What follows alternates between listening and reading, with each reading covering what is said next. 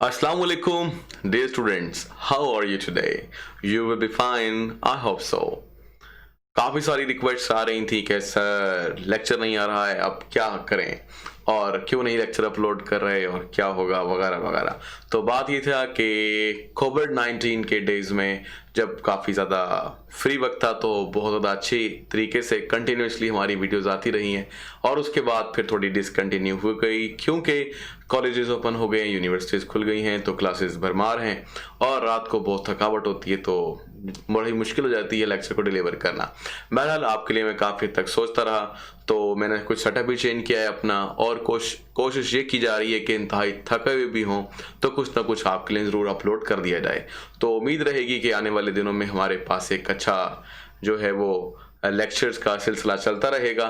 तो फिर चलते हैं आज के लेक्चर की तरफ। बड़ा आसान सा हमारा लेक्चर है, हम अपनी बुक वहीं से कंटिन्यू कर रहे हैं। पुराने लेक्चर जो कि अल्केन्स की प्रिपरेशंस पर ख़त्म हुए थे वो डिस्क्रिप्शन की लिंक में आपको मिल जाएंगे और आज हम पढ़ेंगे कि जो अल्केन्स हैं उनके फिजिकल प्रॉपर्टीज़ कैसी हैं। फिजिकल प्रॉपर्टीज़ को हम काफ़ी सारे तरीके से डिस्क्राइब कर सकते हैं लेकिन थोड़ी बहुत कैटेगरीज जो हमारी बुक में दी गई हैं हम उनके साथ साथ चलते हैं और अपने कोर्स को आगे लेके चलते हैं।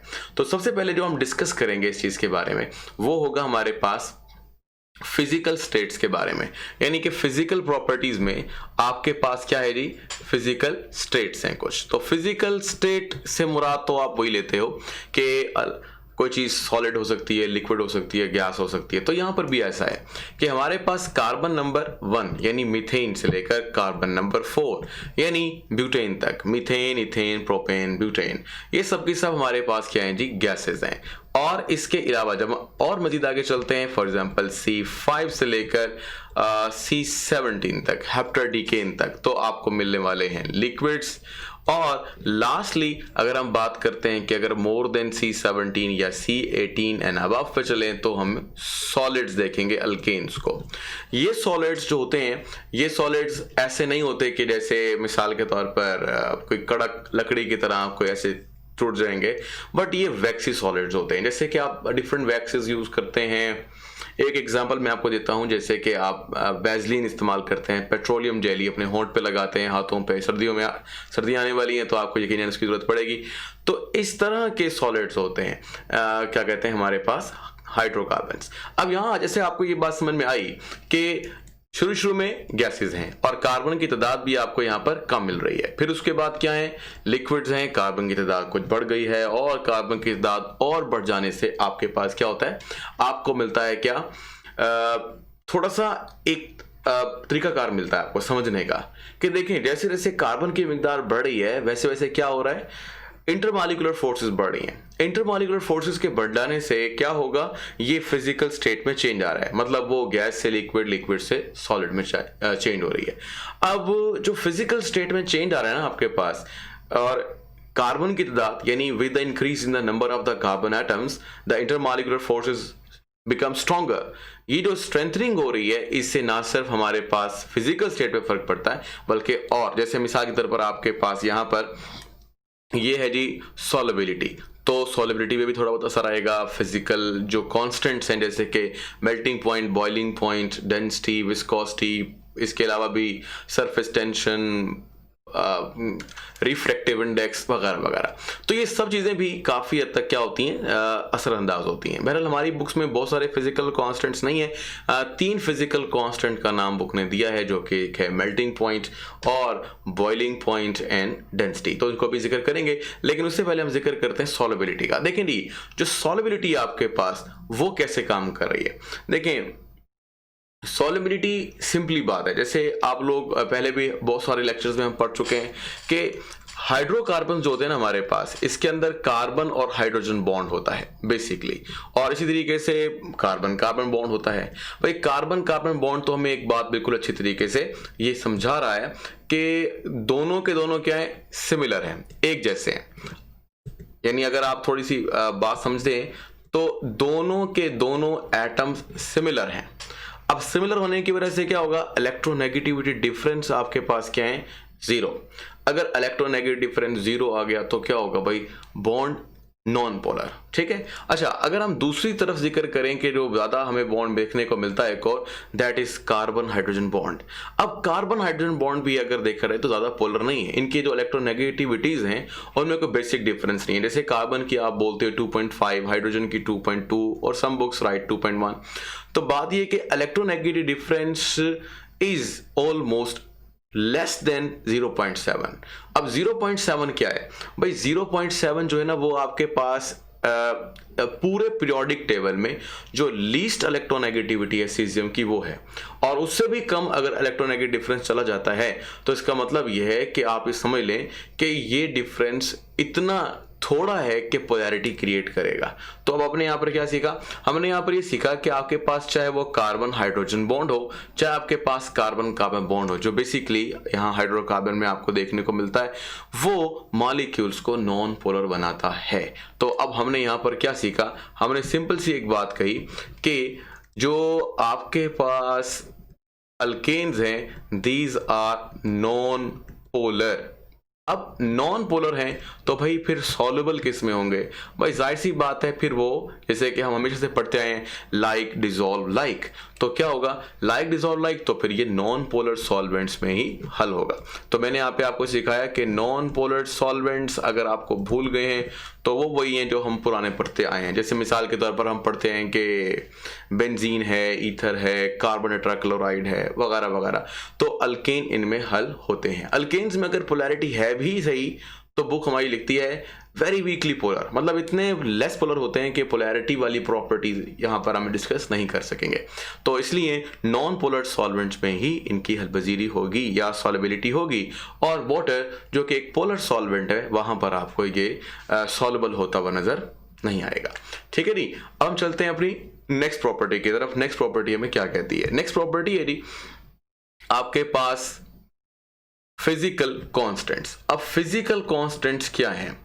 जैसे मैंने आपसे अभी जिक्र किया कि हम जिक्र यहाँ पे कर सकते हैं बॉइलिंग पॉइंट का और मेल्टिंग पॉइंट का, इसका जिक्र बुक ने ज़्यादा किया है, और साथ साथ लिखा है कि डेंसिटी भी एक फिजिकल कांस्टेंट है जो कि असरअंदाज होती है। भाई किस चीज़ से असरअंदाज होती है? ये असरअंदाज होती है इस बात पर कि with the increase in the number of carbon atoms the melting and boiling point increases. देखो, melting and boiling point almost directly influenced होते हैं किसके साथ? इंटरमॉलिक्यूलर फोर्सेस के साथ। अगर इंटरमॉलिक्यूलर फोर्सेस स्ट्रांग होगी, देखो लिक्विड फिर सॉलिड या गैसेस लिक्विड फिर सॉलिड, तो कार्बन की तादाद बढ़ गई तो इंटरमॉलिक्यूलर फोर्सेस बढ़ गई, फिजिकल स्टेट भी सॉलिड की तरफ चली गई। तो जाहिर सी बात है सॉलिड को पिघलाना या सॉलिड को बॉयल करना डिफिकल्ट होगा as compare to the gases. तो लोअर नंबर रखने वाले या लोअर कार्बन की तादाद रखने वाले हाइड्रोकार्बन्स का मेल्टिंग बॉइलिंग पॉइंट कम होगा, और जिनमें कार्बन की तादाद ज्यादा, मतलब वो सॉलिड की तरफ जा रहे हैं, उनका मेल्टिंग बॉइलिंग पॉइंट भी ज्यादा। तो हम यह क्या कह रहे हैं? Melting and boiling point increases with the increase in the number of carbon atoms. ठीक है जी। तो ये आपने एक बात सीखनी है। फॉर एग्जांपल हमें यहाँ पर बुक के एतबार से जैसे बात करते हैं कि कार्बन कार्बन जो है, या आप समझ लीजिए कि हम जिक्र ये कर रहे हैं होमोलोगस सीरीज का जिक्र करें, जैसे कि हम लास्ट लेक्चर में सीख कर आए थे। जैसे मैं आपको सिखाता हूँ, फॉर एग्जांपल हमारे पास है जी सबसे पहले CH4। ठीक है जी, ये क्या हो गया जी? मीथेन। अगर हम कहते हैं कि मीथेन का होमोलोगस सीरीज में नेक्स्ट मेंबर कौन सा है, तो वो क्या है जी? ईथेन, यानी C2H6। और उसके बाद क्या आता है जी जिसमें कार्बन की तादाद 3 हो, तो वो है जी प्रोपेन, यानी C7 C3 और H8। तो ये आपके पास मैंने 3 यहाँ पर क्या लिखे हैं? मेंबर्स लिखे हैं। अब हम थोड़ा सा तज़किरा इस बात से ले लेते हैं। फॉर एग्जांपल हम कहते हैं कि CH4 में क्या जमा करें? सपोज कीजिए हम जमा करते हैं CH2। अगर CH2 जमा कर दें, फॉर एग्जांपल कार्बन की तादाद 1 बढ़ा दें, मतलब तो C कितना हो जाएगा? 2, और हाइड्रोजन में 2 मजीद हाइड्रोजन का इजाफा कर दें तो क्या हो जाएगा? 6। तो आपके पास नेक्स्ट नंबर बन गया। इसी तरह दोबारा से आपने अगर CH2 का डिफरेंस डाला तो आपके पास बनने वाला है नेक्स्ट होमोलोगस सीरीज का मेंबर, यानी प्रोपेन। तो मीथेन, इथेन एंड प्रोपेन। इसी तरह से अगर मजीद CH2 का इजाफा करें तो ब्यूटेन, पेंटेन और दूसरे होमोलोगस सीरीज जो अल्कीन या अल्काइंस की हैं, वहां पर भी आपको ये CH बहुत ही ज्यादा अहमियत का हामिल दिखने वाला है, क्योंकि ये 2 कंसेक्यूटिव मेंबर्स के दरमियान एक बेसिक डिफरेंस है। तो अगर मैं आपसे कहूं कि भाई यहां पर कार्बन की जो मास है वो कितना है, तो आप कहेंगे सर मास है जी 12 और हाइड्रोजन का है जी 2, तो टोटल हो गया 14। तो हर मेंबर दूसरे मेंबर की निस्बत होमोलोगस सीरीज में 14 मास ज्यादा रखता है। तो मॉलिक्यूलर मास कंटिन्यूसली क्या हो रहा है जी, इंक्रीज हो रहा है।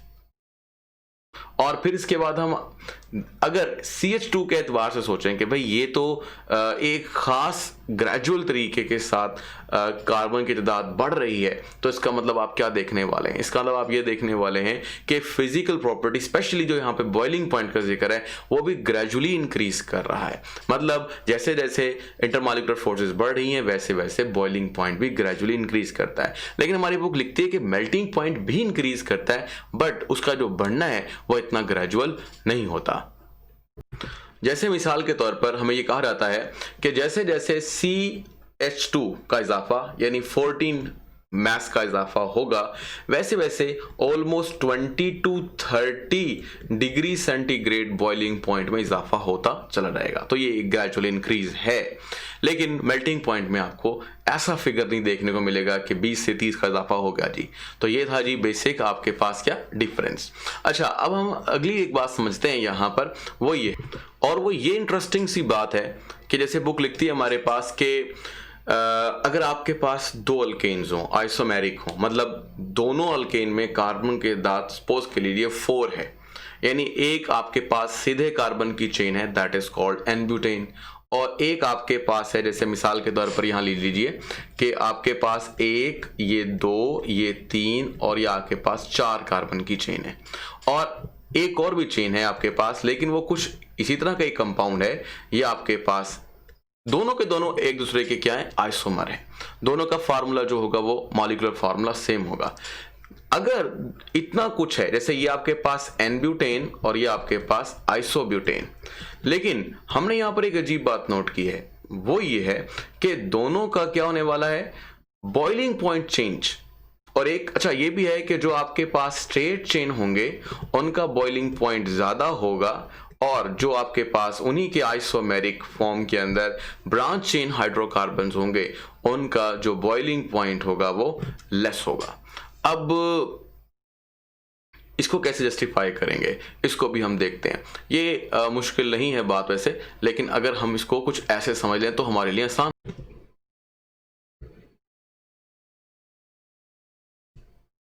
यहां पर इसको हम समझ लेते हैं कि हम क्या कहना चाह रहे थे। देखें जी, अगर आपके पास सपोज कीजिए आपके पास एन-ब्यूटेन है, अब एक टेस्ट ट्यूब में पड़ा हुआ है, बीकर में पड़ा हुआ है, अब उसका एक मॉलिक्यूल तो नहीं होगा ना, बहुत सारे मॉलिक्यूल होंगे। तो उन बहुत सारों में से ऐसा करते हैं कि हम कंसीडर कर लेते हैं 2 मॉलिक्यूल अपने लिए ताकि हम समझ सकें। फॉर एग्जांपल देखें 1 2 3 और ये 4 H भी यहाँ मौजूद हैं, लेकिन कार्बन कार्बन की लेना भी काफी रहेगा। और इसी तरह का सपोज कीजिए हमारे पास एक मॉलिक्यूल है और ये हमारे पास दूसरा मॉलिक्यूल है, तो 1 2 3 4 तो 2 मॉलिक्यूल हो गए। अब इन 2 मॉलिक्यूल्स को अगर हम थोड़ा सा अपने लिए एक मिसाल के तौर पर ऐसे कहते हैं कि ये हमारे पास एक मॉलिक्यूल है, ठीक है जी। इसको थोड़ा सा मैं हाईलाइट कर रहा हूं ताकि आपको समझ में आ जाए। ये एक मॉलिक्यूल है और ये हमारे पास दूसरा मॉलिक्यूल है, ठीक है जी। अब इन 2 मॉलिक्यूल में अगर हम गौर करें तो हमारे पास क्या है जी, हमारे पास कुछ इंटरमॉलिक्यूलर फोर्सेस हैं, जैसे मैंने 1 2 3 और ये 4 इंटरमॉलिक्यूलर फोर्सेस लगा दी हैं।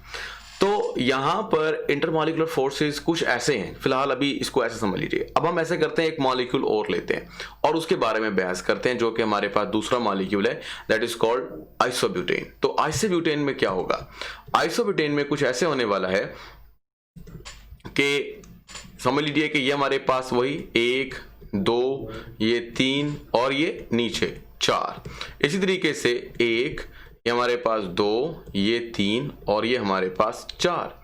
तो आपने देखा कि ये हमारे पास 4 जो हैं कार्बन है। अगर आपको नजर नहीं आते तो थोड़ा सा मैं इसको ऊपर कर देता हूं आपके लिए।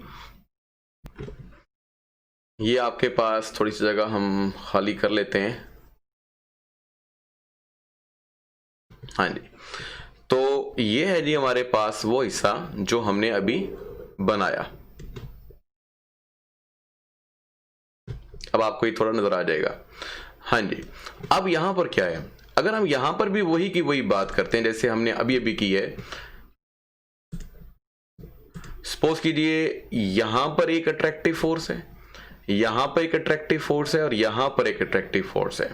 मॉलिक्यूल अगर आप समझ सकते हैं तो मॉलिक्यूल भी यहां पर देख सकते हैं। जैसे ये हमारे पास एक मॉलिक्यूल है, ठीक है नहीं, और इसी तरह का हमारे पास यहां दूसरा मॉलिक्यूल है। तो आपको मैंने यहां दो मॉलिक्यूल दिखाए, एक मॉलिक्यूल इस साइड पर है, यानी एक तरह के दो मॉलिक्यूल्स, और यहां भी एक तरह के दो मॉलिक्यूल्स हैं। तो आपने यहां थोड़ा सा कंसीडर करना है, वो क्या देखना है आपने एक सिंपल सी बात ये देखनी है कि इस वाले मॉलिक्यूल का तज़किरा करें तो ये कैसा है जी, ये आपके पास ऐसा है कि 4 बॉन्डिंग्स मिल रही हैं आपको, ठीक है ना, यानी आपको 4 बॉन्डिंग्स मिल रही हैं। तो क्या हुआ, there is more chances to remain the molecules together by a strong attractive force. But इसी तरह दूसरे मॉलिक्यूल में देखें तो यहां पर आपको गिनने पर सिर्फ और सिर्फ कितनी मिल रही है जी, सिर्फ 3, 1, 2 और ये आपके पास 3। तो 3 आपके पास इंटरमॉलिक्यूलर फोर्सेस का क्या मतलब है, मतलब बड़ा वाज़ेह सा है कि भाई जो अगर ब्रांच चेन्स हाइड्रोकार्बन्स होंगे तो चूंकि अट्रैक्टिव फोर्सेस वहां पर तादाद में कम होंगी तो वहां बॉइलिंग पॉइंट भी थोड़ा होगा, और जहां पर अट्रैक्टिव फोर्सेस ज्यादा होंगी वहां बॉइलिंग पॉइंट भी ज्यादा होगा। तो हमारी बुक में थोड़ा सा इसके बारे में बॉइलिंग पॉइंट भी लिखे, ये भी हम यहां पर लिख लेते हैं जी।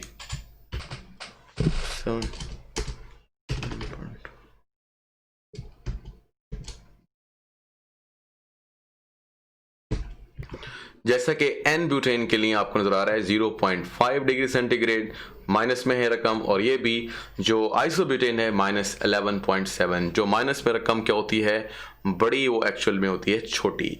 तो बॉइलिंग पॉइंट किसका कम हुआ, एन ब्यूटेन का, और किसका ज्यादा हुआ, आइसोब्यूटेन का। तो आपने देखा ये थी जी फिजिकल प्रॉपर्टीज जो बिल्कुल हमने समझ ली हैं जो हमारी बुक में थी। इसके अलावा भी मैंने कहा कि जो मेल्टिंग बॉइलिंग पॉइंट है या इसी तरह से जैसे डेंसिटी है, विस्कोसिटी है, सरफेस टेंशन है, रिफ्रैक्टिव इंडेक्स है, वगैरह वगैरह, ये भी क्या होते हैं अगर आप मालूम करना चाहें तो वो भी इन्फ्लुएंस्ड होते हैं by the number of carbon atom, यानी कार्बन एटम जितने ज्यादा होंगे उतना ही उनमें डिफरेंस भी आएगा। जैसे सॉल्युबिलिटी क्या होती है, डिक्रीज करती है with the increase in the number of carbon atom. तो अब तक के लिए इतना ही। लाइक करें, सब्सक्राइब करें, शेयर करें। जो चीज़ आपने पूछनी है कमेंट बॉक्स में सवाल करके पूछ सकते हैं, और जीते रहें, खुश रहें। अल्लाह हाफिज।